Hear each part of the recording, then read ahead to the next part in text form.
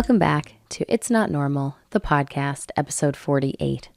In this week's episode, I want to talk about inner child healing, what it is, why it's important, and some different things that we can do to heal our inner child. This past weekend, I took a trip with my husband and our two best friends to a place that I haven't been to in well over a decade, but it was somewhere that I went throughout my childhood, and being there as an adult, as a much more healed version of myself, was really wonderful. And it was healing to be in a place that I had such vivid memories of, but to be there as someone who is much more self-aware, who has developed a lot more emotional maturity. I think it made me feel so capable of handling any challenges or curveballs that were thrown our way over the course of the weekend. And I think one of the really wonderful things about revisiting memories or places that held meaning to you throughout your childhood as you're on your healing journey is that it allows you to reclaim some sort of power over the things in your life that are important to you. And so it feels very current, it feels very relevant for me, and so I want to share this with you. I think to one extent or another, everyone can take steps to heal their inner child. I don't necessarily think that you have to have been raised in an unhealthy environment to trace certain things back and to sort of accommodate a younger version of yourself in adulthood. But I do think that inner child work is especially important for those of us who are reparenting ourselves in adulthood. Because I think when you're raised by an emotionally immature parent, you carry with you wounds from your childhood. And if those wounds are left untreated, they will fester. And I think one of the reasons that it is so important to treat these wounds in adulthood is because so many of them are centered around these really foundational aspects of our identity, of our personality, of our ability to show up in relationships and friendships. And so these different wounds sort of inform the way that we feel about ourselves, and in turn, the way that we feel about other people, and the way that other people feel about and perceive us. I think if we allow these wounds to fester, we will find ourselves as adults continuing to exist in a state of fight, flight, freeze, or fawn.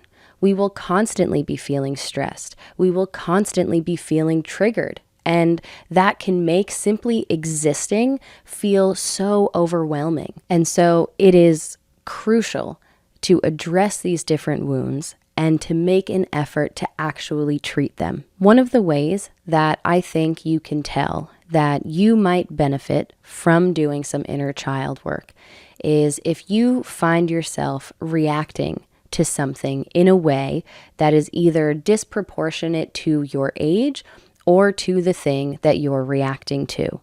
I think that is sort of a sign that whatever it is that you're feeling has much less to do with the present and much more to do with the past. Maybe a past version of yourself that was neglected, and recognizing that there is a younger version of yourself that is still existing within you that might be fueling these reactions is sort of the first step. When I first met my husband, before I knew anything really about mental health or the trauma that I had endured throughout my childhood, I was wildly insecure about my partner's past. And that's not because my partner's past was atypical. It wasn't like he did anything outrageous that would make the average person uncomfortable or anxious or insecure. But anytime someone from his life or an experience from his life that happened before me, that was present before we met, I would feel overcome with anxiety and stress and fear, I've come to realize. I had convinced myself that anything and anyone from my partner's life before we met was somehow better than our life now. And any time that he would think about these things or talk about these people, he would be reminded of a time in his life that was better than the present. And I was so fearful that those thoughts would lead to us no longer being together. I almost felt like when we met, I had put a veil over his eyes. And anytime he would talk about these things, there was the risk of that veil being lifted and him seeing me or our relationship or his life with me for what it truly was. And for whatever reason, I had convinced myself that that was somehow less than what his life was before. And so I would fight against these things. I would react with my emotions. There was no objectivity, and my emotions were not based in reality. They weren't based on anything that my husband and I had experienced in our relationship up until that point. But I was completely naive to the idea of an inner child. I had no idea what inner child healing was. And so the idea that a past version of myself that had endured trauma, that maybe had been abandoned or experienced some form of emotional neglect, was fueling these reactions in my adult life, in my adult relationship. I had no idea that I was projecting all of these different emotions onto a healthy partner and onto a safe, secure relationship. Meeting my husband, our relationship was really the first time that I was ever able to express how I was truly feeling. I think that was the first time that I ever felt safe enough to allow my true emotions to make their way to the surface and for me to express them in the best way that I knew how at the time. But looking back, there was so much that I didn't know, and I really would have benefited from understanding more about inner child healing. In the time since, I have read and researched about retroactive jealousy and its connection to OCD and OCD-like symptoms. I have read and researched a lot about insecure attachment and the different attachment styles, and how so often, so many of us who were raised by emotionally immature parents are sort of left with this sense that you can't rely on others to keep you safe or to be there for you. And so there's this consistent sort of underlying skepticism that's present that you apply to everyone and everything because you sort of existed for so long in a state of uncertainty. And so the idea that things can be calm and consistent is sort of foreign to you. I saw a post the other day that was talking about trauma responses and the idea that our trauma responses once kept us safe, and that as we start to heal, we should thank them and gently let them know that their job is done. It's time to grow.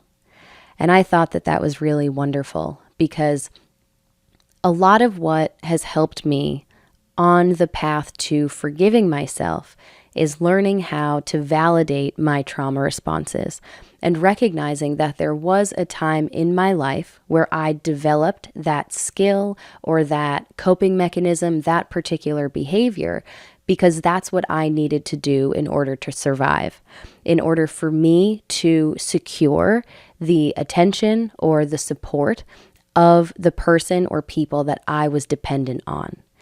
And I think visualizing a younger version of myself and understanding how stressful it must have been for her to exist in that kind of environment, it allows me to have so much more empathy for myself in those moments, because I don't think any child would choose to be hypervigilant.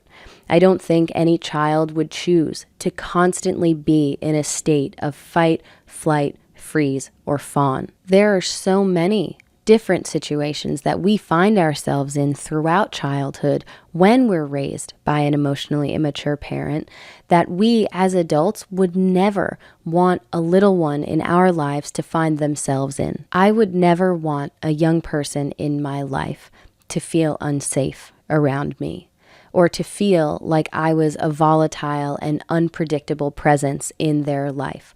So much so that they had to take on these unhealthy, sort of abnormal behaviors just in order to coexist with me. And understanding that that was the reality for so many of us, I think really allows us to forgive ourselves when our trauma responses are present in adulthood. But, and I cannot stress this enough, it is not justification to continue that unhealthy behavior. Once you've recognized it, you have to start to take steps to heal those things, both for yourself and for the other people in your life that you care about. If you do not, then you will be doing the same thing that the people who inflicted those wounds upon you have done. And that is what we're fighting against. We are breaking the cycle, and this is one of the many ways that we can do that. Something that I think can be really helpful when it comes to inner child work is when you find yourself in a situation, like we talked about earlier, where the emotions that you're feeling or your reaction is disproportionate to your age or the thing that you're reacting to, ask yourself, what age do I feel right now? Can you envision you at a different time throughout your life feeling this way? Maybe you found yourself in a lot of situations where you were feeling like this and you were never able to express it. And so you suppressed it. All of these emotions were sort of neglected. I think being able to pinpoint a time in your own personal history where maybe this wound was created or maybe this wound was agitated can help you to trace these things back and to make it make sense. Because I think understanding the origins of our triggers is one of the best ways to manage them in adulthood. I know I reference it a lot, but not only is my relationship with my husband something that I am so incredibly proud of and thankful for, but it has been and continues to be one of the greatest learning experiences of my life. I think in part, especially because of how I was raised throughout my childhood and the trauma that I endured surrounding relationships and communication, things that are crucial for developing any sort of real emotional connection with another person. And so early on in mine and my husband's relationship, part of what fueled my separation anxiety was fear. When you're raised by an emotionally immature parent, you will most likely experience some form of triangulation, which involves two people talking badly about another person behind that other person's back. And the difference, I think, when emotional immaturity or narcissism or narcissistic tendencies are a factor is that this triangulation is intentionally manipulative. It might be employed to intentionally turn you against another person or turn another person against you. And being around that kind of behavior throughout childhood can be really damaging. And clearly, it's something that you can carry with you into adulthood. And so part of why I was so afraid to be away from my husband in the early stages of our relationship was because I was convinced that he and whoever he was with were talking badly about me behind my back, that maybe this other person was trying to convince him not to be with me anymore because I was a bad influence on him, or because he could do better, or because his life was better before we met. And so all of these intrusive thoughts would be flooding my mind and would be causing me so much anxiety. But I didn't know where it was coming from. I didn't know that it was something that I could control. And I definitely didn't know that this fear that I had developed was actually rooted in my childhood. My parent had turned me against my other parent. There was a very clear and obvious team dynamic as I was growing up. And so triangulation was something that I was incredibly familiar with, even though I didn't know the term to define the behavior. And I think witnessing a parent talking badly about another parent in such an intense and hurtful way led me to believe that my partner was doing the exact same thing. And so once I started to realize my trauma and understand more about inner child healing and healing in general, anytime something like this would come up, where maybe my husband was having a conversation with someone else and I wasn't present. Or maybe I left the room when we were hanging out in a group setting. If any sort of anxiety would make its way to the surface, I would be able to address it, and I would be able to pinpoint exactly where that feeling is coming from. I can ask myself, what age do I feel here? Where in my personal history was this an issue for me? And why is this coming up now? And I think having the awareness to ask yourself those questions and then taking it one step further and developing the tools to actually answer those questions is invaluable when it comes to healing unresolved childhood trauma, as is the realization that we as adults can accommodate ourselves in the ways that our younger selves needed, but that our parents were incapable of. You can set boundaries to prevent the different ways that you might have consistently neglected yourself throughout childhood. You can create an environment, a safe space where you can make mistakes. These are things that we can sort of take into our own hands and reclaim some sense of power and control, autonomy, truly, over our lives. Since I've become aware of inner child healing, I think one of the really interesting things about it is that it can make you feel so happy and so sad simultaneously. Taking the steps to become the adult in your life that you always needed, creating safe spaces and learning to forgive yourself and to treat yourself with patience and compassion promotes feelings of autonomy and independence and competence, which are all phenomenal. I think especially to start to embody these different feelings after being raised in an environment where it was preferable for you to doubt yourself, and it was preferable for you to fear your mistakes. I think inner child healing can also help you to welcome change and spontaneity and play back into your life or into your life for the first time. It's no secret that emotionally immature parents have a really difficult time navigating change.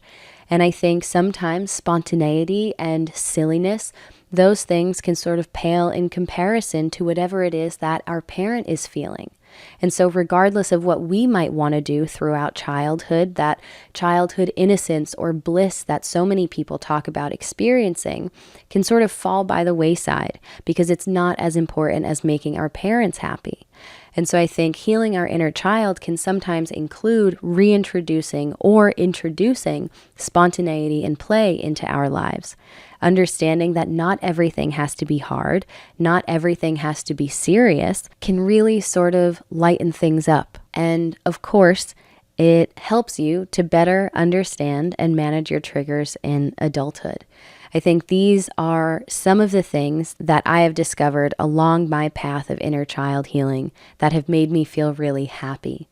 But I do think it's important to acknowledge the sadness that can sometimes coexist alongside that happiness. Having endured trauma throughout childhood and having taken the steps to become an adult who is emotionally mature, who is self-aware and is capable of forgiveness and compromise and empathy, not only has it showed me that it's possible to heal, but I think it has also kind of shined a spotlight on just how bad it was. And I think there are times throughout our healing journey when we can really sort of gaslight ourselves and we can ask ourselves, was it really that bad? Was it me? Was there something that I could have done differently to prevent this from happening? And I think becoming this version of myself has really sort of allowed me in a very black and white way to ask myself, would you want your child to have the same childhood that you had? When you allow yourself time and space to really sit with those questions, it becomes very clear what was okay and what was not okay. I think sometimes coming to terms with the reality of our childhood can be very heavy. to understand that we actually did exist in that environment and that a lot of why we are the way that we are sort of stems from that. This is sort of a side note, but this was something that I was writing about the other night. I think sometimes the anger that can make its way to the surface when you do start to realize the reality of your childhood, I don't think that it's self-deprecating necessarily. I think sometimes the anger is representative of the self-love that we have developed for ourselves because we have come to understand that we deserved better. One of the last things that I want to mention is something that I've experienced personally, and I'm sure that it is not a solitary experience. I'm sure this is something that other people have experienced also, but I don't think it's something that I've spoken at length about. Sometimes when you're taking steps to heal your inner child, despite the behavior that you grew up around, despite the reading and research that you have done to understand just how unhealthy it was and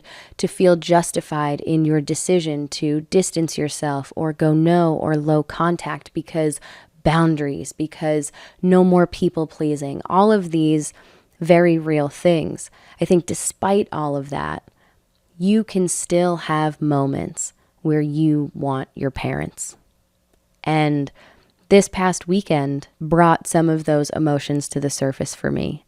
There were moments where I saw parents interacting with their children, observing them in a place where I last was as a child myself, made me sad because it made me feel like I wish I could experience this again with my parents in a healthy way. The last time I was there, I was naive to it all. Now, having seen it all for what it truly is, the only way that we would be able to recreate that childhood memory or to experience that again together in a healthy way would be for both of us to make a commitment to do the work. And what's so challenging about this is that we are not in control of our parents' decisions. I know I sometimes still feel like I just want to experience and feel unconditional love from the two people who have known me my entire life, from the two people who I have known my entire life. And there's nothing that I can do to make that my reality.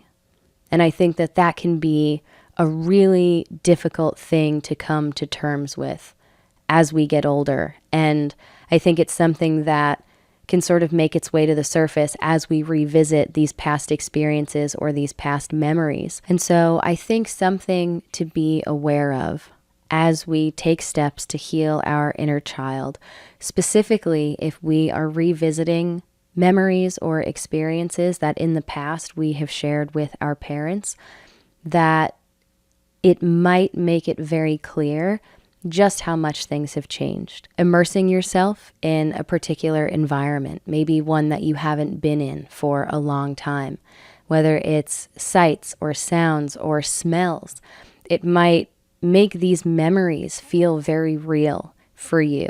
And so there is a chance that there could be sort of a juxtaposition between how you're experiencing it now versus how you experienced it the last time. And I do think there can be sort of an added layer of complexity when you're exposing yourself to these different kinds of environments or experiences where you might see happy parents and happy kids interacting with each other.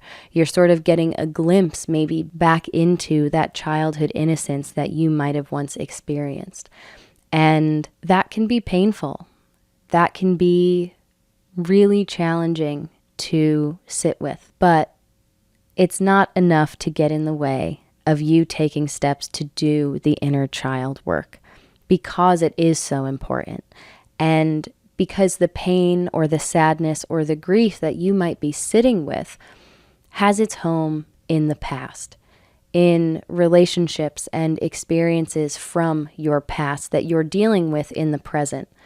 And healing those parts of yourself will make your future that much better and that much brighter. And that is why it's so important. And so there are a few things that I have started to do along my healing journey to prioritize healing my inner child. And the first, which is something that we talked about earlier, is recognition, understanding that there is a younger version of yourself that still exists within you. Once you recognize that, you can start to reflect on the different things that little you needed but were denied throughout your childhood.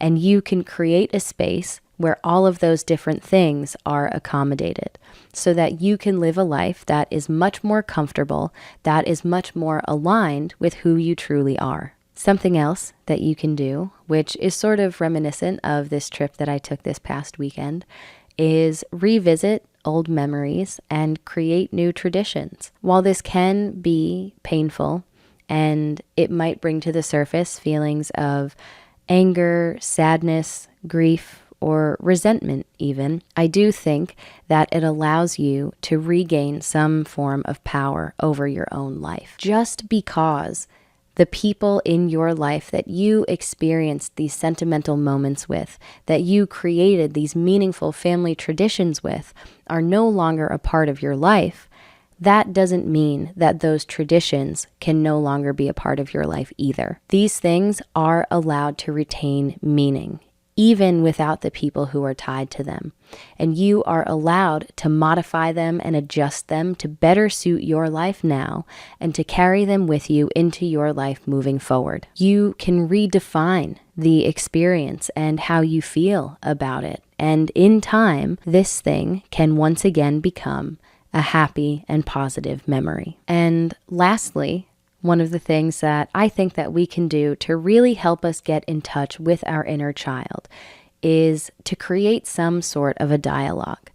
And you can do this internally. You can have sort of an internal conversation between your adult self and your younger self, especially if you find yourself in a situation where you are being triggered, where those emotions are rooted in a particular experience from your childhood.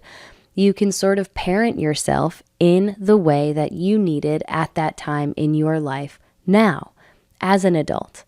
And I think showing yourself that kindness or that compassion or that empathy can help that child to feel safe.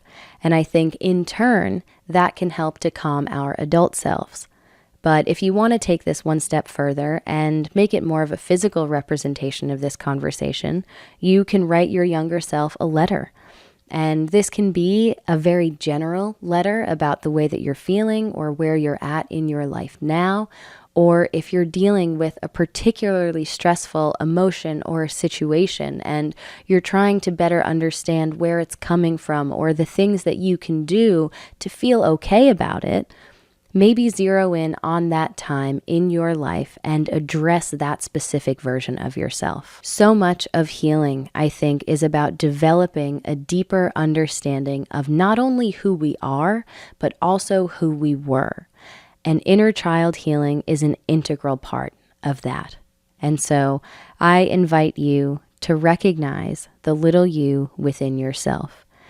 And I encourage you to really listen to what they need.